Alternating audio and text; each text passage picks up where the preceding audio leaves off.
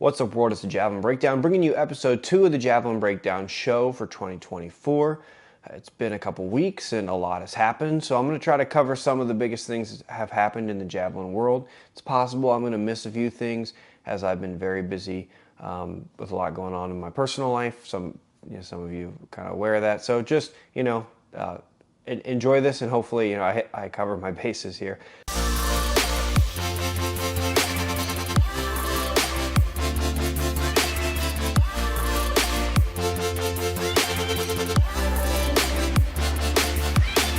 So I think the biggest thing in the last couple weeks in the javelin world is Jordan Davis's monster performance winning at Texas Relays. I was speechless. I'm pretty good about live results, and so every weekend I've got 10 to 15 different live results open on my phone. And Texas Relays, Curtis Thompson opening his season, a couple other big names there. So, and Jordan, definitely was on the list of people I expected to do well, but I did not expect 80+ meter throws for sure. Round 1, Jordan throws 80-36. And then foul, 77-65, 78-33, 75-50. And in that fifth round, Curtis threw 81-09 to go into the lead. So Jordan has, on every legal throw, surpassed his previous PR. And now going into round 6, he's in second place to Curtis Thompson. And Jordan goes 83-77 to take the win. Just an incredible series. So to Jordan and Dan, so Dan's on staff at Southern Connecticut State where Jordan goes to school. Dan also runs Jack Javelin, which has an Instagram and YouTube full of a lot of great content. So congratulations to both Jordan and Dan on just a massive, massive performance. If you want to check that out, they've got a lot from that meet and other things. Dan mics himself up a lot and makes a lot of really cool content. I think it's just great for advancing javelin to tap into the types of things people want to see. People want to hear, what coaches and athletes are saying during performances and whatnot at practice. And so for people who, from a personality standpoint, that doesn't affect their performance, I think it's great that they're producing this as a service to the community.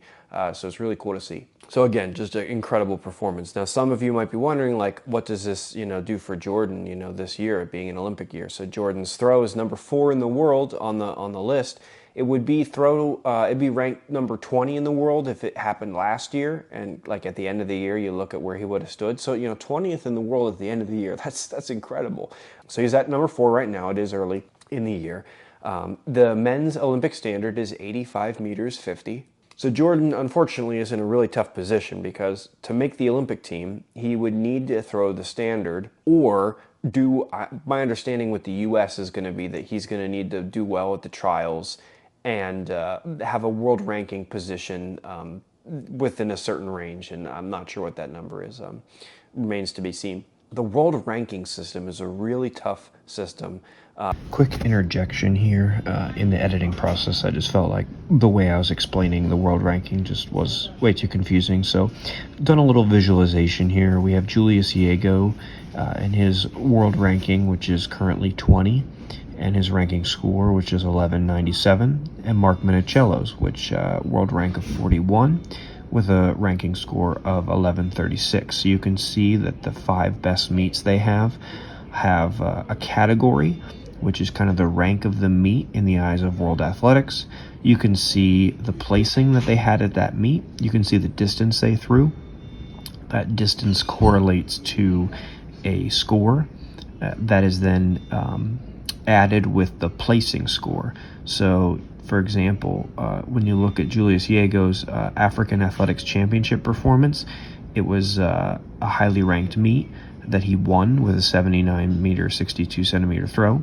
So that was worth 1096 points for winning such a big meet. He got 170 points because of that meet. So added together, that gave him a performance score of 1266. In comparison, you can see Mark Minicello won the Hurricane Collegiate Invitational this year, and that was an F category meet. It's just a standard college meet. So as a result, even though he won, he only got 15 bonus points. So his score is the 1134 for the 82-32 throw, plus 15. So you can see that Julius Yago gets a lot more out of winning the African Athletics Championship. Even though it was a 79 meter throw, the placing, the kind of bonus from World Athletics rank of that meet does a lot for his score. So you can see that even though Julius Yago and Mark have comparable distances in their charts here, the fact that Julius Yago has gotten to compete at a few more high category meets has made a pretty big impact on his score, and that's why he's ranked 20th in the world and Mark's ranked 41st.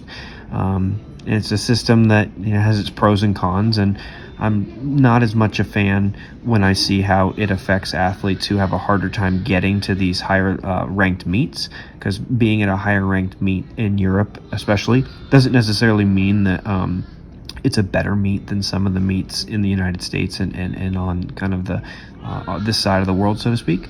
But it's just the way the system is currently set up, so you got to play the game. So you got to get yourself to higher ranked meets and do well there in order to really make an impact on your world ranking. So a little clarification there. Hopefully this visualization helps. So for Jordan to give himself a shot to qualify for the Olympics from a world ranking standpoint, he would need to, if Division II Nationals has any value, he's going to, need to do really well there, which I'm sure he's planning to do. The Olympic trials, obviously, the U.S. Olympic trials is, I think, a B meet. So that would be pretty important. If he went to the Tucson Elite Throws meet, I think that's a C meet. So getting to these meets that have a C rating or higher would be really important, and he's going to need to produce at those meets. Certainly throwing over 80, throwing 83.77 once, while that's amazing, like that doesn't justify your placing on the team, but you're going to need to continuously show up. But it's tough, and I get frustrated when I see athletes do well and the system isn't. I'm starting to go in circles, so no need to go down too much of a rabbit hole. It's early, but all that to say, Jordan's got a long road ahead if making an Olympic team is something that him and Coach Dan are planning for. But if they want to and they can find the right meets and build up that world ranking score, it's certainly a possibility. But there's a lot of guys in the U.S. that are certainly looking to put their name in the hat for that. And are training around the clock for that as well. So tough competition. Looking at Division I, Mark Minicello has really started this season strong. So he opened with 82.32 in Miami, and then he won the Tom Jones meet this past weekend in Florida, 81.03, beating out Namdi Prosper and Keyshawn Strawn. So Mark, given his experience, he's been in NCAA for a number of years now. He's thrown at a bunch of really big meets. He's won nationals before. I think he's going to be, pun intended, top dog this year. And so looking forward to seeing what Mark can do at the end of the season, especially starting so strong. I said Namdi, finished second in Florida against Mark, but the other day he actually won the All-African Games. So he threw a personal best of 82.80, representing Nigeria to win the All-African Games. So that was a few weeks ago. And this past weekend, he finished second in his season opener representing Baylor, throwing 78.90. He finished fifth at the 2022 NCAA meet. He finished third last year. So this year, looking to improve that. And he had a pretty consistent season last year. So to start this year with an 82.80 and then 78.90 is really strong. Cody Kennard of Weber State broke my brain the other day when he threw 78.07. Watching the video here, it's just crazy. Look at that block leg. So just really, really impressive. Massive, massive personal best for Cody. His teammate Josh Traffney also set a personal best that day, 70.99. So I definitely have my eye on the Weber State Javelin squad. So congratulations to them on massive personal bests, and looking forward to seeing them continue this year and hopefully retain such incredible form. Keyshawn Strawn, definitely on everyone's radar after last season's massive season opener, hoping he can stay healthy this year and be in the conversation at the top. So he opened his season with a 74-meter, 1 centimeter effort at Pepsi Florida Relays, and then followed that up with a third place at the Tom Jones meet this past weekend behind Namdi and Mark. He threw 76.25 this past weekend. So these are some really positive results for Keyshawn, and staying healthy, moving through the season. I think he can stack some good meets under his belt and definitely be in the conversation at the end of the year, because he's capable, as we know, of some really big throws. Other personal bests I want to shout out. Will Lawrence of LSU, 74.79. Abraham Sargent of Florida, 73.36. Leif Nelson of USC, 73.13. James Kotowaski of UMass Lowell, 72.46. Ethan Coco of Clemson, 71.42. And Ben Sugart threw 69.11, representing Liberty, from a 7-step this past weekend. So I just wanted to show this. I mean, I'm sure there's other people that have thrown beyond 70 meters from really short approaches, but just really impressive performance for Ben to have a personal best performance. Obviously, a professional thrower who's throwing beyond 80 meters has a very strong short approach. But for Ben Sugar to set multiple personal bests in one meet from a 7-step, just really impressive, and shows how much more is going to be in the tank as he refines his technique and hopefully gets healthy, fighting a little bit of a groin issue. But congratulations to Ben. Just a note, right now there's 28 men over 70 meters and 12 over 74 meters, so it's going to be another electric year with just a lot of really good throwing.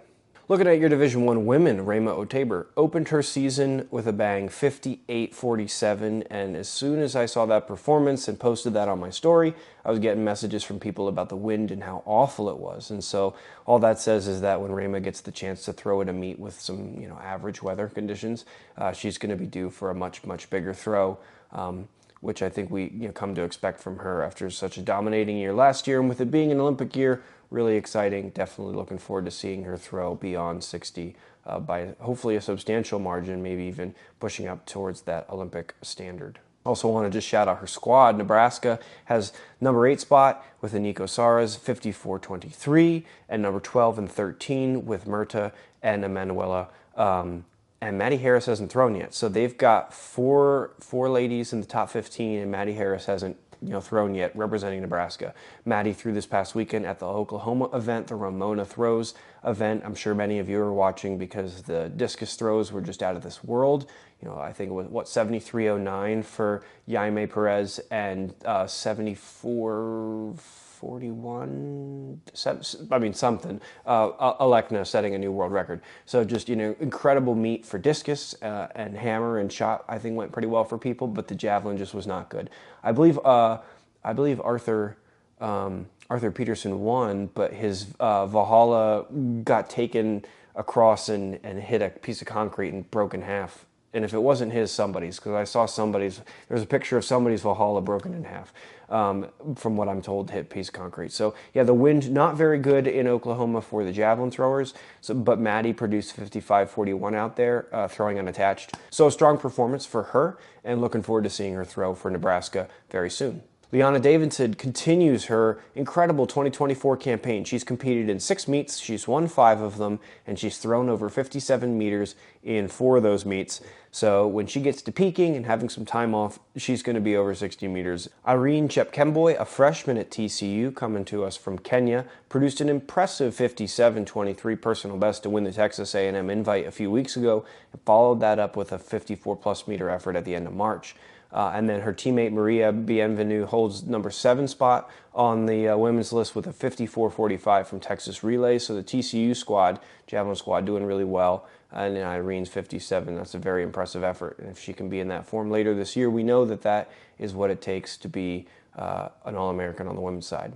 Federica Botter of UCLA takes the win at Texas Relays, 56-48. She finished 7th at last year's Nationals, and was really building through last year. So for her to start and be at already 56 plus this season is a really good sign for what's to come for her this season. Michaela van der Westhuizen of Rice is off to a strong start this season, 54-88 and then 55-82 this past weekend. Michaela finished 11th at last year's Nationals. She boasts a PR a few years old, 58-98. She's got international experience, representing South Africa. So, hopefully staying healthy this season, building through. She's definitely going to be in that conversation at the end of this season.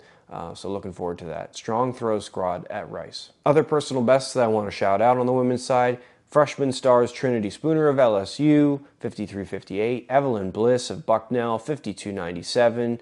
Senior Brooke Stratman of Army, 52-59, and Shania Hawley of Auburn, 51-74. And I just mentioned Trinity and Evelyn. Mackenzie Fairchild of A&M, Julia Magliaro of Duke, Alexis Guillory of LSU. There's a bunch of really good freshman ladies in the javelin that are either beyond by a little bit 50 meters or thereabouts around 50 meters. So that group is going to do really well hopefully this year, and then moving on as they have time to develop, get stronger, improve their technique. they're going to be really, really good because they're already really good. So and they're part of good teams with good coaches. So it's really exciting for the future of javelin. On the Division II list, obviously Jordan Davis leads by a country mile, but wanted to shout out a few other names. Caleb Calvin of Pittsburgh State has had several meets over 70 meters this year, including his new personal best, that's 74.06, so he's number 2 on the list. Caleb was 4th at Nationals 2 years ago and 6th at last year's incredible national meet that had massive throws. So Caleb definitely looking to improve upon that at the end of this season. A couple other people in that top 10 from last year's Nationals include your silver medalist, Dijon, who I think was over 77 to take second last year, and Markeem Felix. On the Division II women's list, we have a freshman at the top. I'm hoping I can get this right. Kaylee Sozanowski of Tusculum, 48.55, true freshman at the top of the Division II list. Her school, Tusculum. I'm really butchering that. Their athletics page, it's cool. They seem to have pretty substantial bios for their athletes. So just reading up on her on their track page, it says the 4-year letter winner in high school for volleyball, in addition to track. School records in the snatch, clean and jerk, and bench press. That's cool. Most schools don't have weightlifting, let alone like records and stuff for that. So a lot of accolades for her. So quite the athlete. So I'm looking forward to following Kaylee's progress this season and in future seasons. 48.55, that's a very impressive throw. Other familiar names on the Division II list from last year's Nationals: Olivia Baumberger, 2nd place last year; Alyssa Henry, 6th place; Jenna Fleming, 10th place; and Keely Johnson. On the D3 women's list, Avery Decker leading the way, 45.02. Avery was 3rd at last year's Nationals. She boasts a PR over 48 meters. It's her senior year, so I'm sure she's looking to upgrade that hardware at the end of this season. Other names you'll recognize from last year's Nationals: Chrissy Strickland, your defending champion; Alexa Snyder, 2nd place; Gabby Johnson, Rebecca Hewler, and Holly Ferreira, who took 5th. Leading the men's D3 list is sophomore Cody Wheeler of Whitworth. Cody opened his season on his first throw with a 66.08 and then didn't take any more throws, just shut it down because they can open up their season early out there. And so big throw and then no need to push it. And Cody's been taking care of business with his other throwing events. He has a PR over 13 meters in shot, 47 in hammer, and 32 in discus. So he throws all 4 events, which definitely big conference points, which are important in the very competitive Northwest Conference. Whitworth and George Fox really push each other every year. I got the chance to compete with some great guys that went to Whitworth and George Fox at Nationals every year during my college time, so always love seeing those schools do well. So Cody leading the charge in the javelin for Whitworth. He finished 8th in last year's extremely competitive D3 meet, 62.69. He's definitely going to be improving upon that this year, and he's your current Division III leader. Other big names to watch out for: Liam Barossa, personal best recently, 64.91. Andrew Diasaro of Denison, 64.07. Both of those guys went to Nationals last year, so with some experience, returning hopefully this year, and some big throws already this year. And a few other names from last year's Nationals in that top 10, Justin Swaley, Noel House, and Corey Stalters. Looking at NAIA, you've heard her name from me many times. Kendra Odegaard of Valley City State leading the way, 45.03. Kendra finished 4th at last year's NAIA Nationals. She's the 2nd highest returner this season. Junior Mackenzie Clark finished 2nd at Nationals, but Mackenzie has not opened her season yet, so Kendra looking for another big year. On the men's side of NAIA, David Friedberg, your 2-time defending champion, has set the mark to beat this past weekend with an Olympic trials qualifying distance, school record, NAIA record, 76.08. So he's had some good performances last few weeks, but the weather just hasn't been great at some of these meets. So hasn't had a chance to really show us what kind of form he is in. And this weekend he got the chance to do so. Very excited to get the text from his coach, Josh White, about the performance. So 76.08, just incredible. So congratulations to David and Coach White on an amazing performance. On the international stage, just a few things. Jordan, obviously, his 83.77 is number 4 in the world. On the women's side, a few more things have happened. So actually just last night, I only know this because Ryan Bell let me know in a group message I'm in. 15-year-old Yan Ziyi, if I'm saying that right, of China, set a new world junior record, a U20 record, 64.28. A 15-year-old threw a 600-gram javelin, 64 meters, 28. So this is an exceptional throw that goes beyond the 64-meter women's Olympic qualifying mark. But I don't know how China picks their team. I don't know if being 15 is old enough. Each event in the Olympics has different standards, and then sometimes there's not a standard. Like, I don't think there's an age minimum for skateboarding, but each country's selection process comes into play. So I'm not sure if track and field, if athletics has an age standard, and then on top of that, if China has, where China falls on that with athletics and Yan. So, hoping for her that she can compete. I mean, 64.28. I mean, she threw beyond the automatic mark. So if she wants to go, I would think she should get to go. But I don't make these decisions. I don't quite know how it works. So if you know, leave a comment, let me know. But I did some Googling and didn't see a clear answer. Congratulations to her on setting a new world junior record. Just wow, big throw. Other news on the women's side, Adriana Vallejos' new season's best goes out to 62.96, so she's starting to build up a really strong early season. Joanne Van Dyke wins the South African national title, 62.70. Mackenzie Little wins the Australian national title, 61.85. So some really good performances from these ladies. Didn't really see anything else when I did my digging, so that's all for today's episode. Again, I just must apologize if there's anything that I missed or any details that are wrong. My head is in a totally other space as I'm just dealing with a lot personally. With that being said, getting to make this episode and adding things to my story and responding to people's messages and stuff, that definitely is helping keep me sane in this challenging time. So I appreciate the well wishes and just communication and Javelin stuff. It goes a long way. If I butcher your name, but I'm so sorry. Just send me a message and let me know how to say it right, or if I got like a distance wrong or something. Wish I had more time to sit down and get some of the high school marks. There's been some big high school throws, both in the U.S. and in some other countries as well, from high school age athletes. But hopefully in a future episode get to cover some of that. As always, guys, please remember to enjoy your journey. Javelin throwing is a wonderful thing, and sometimes it goes your way and things are working out, and other times not so much, and you get really frustrated. So no matter what, enjoy that journey, enjoy that process.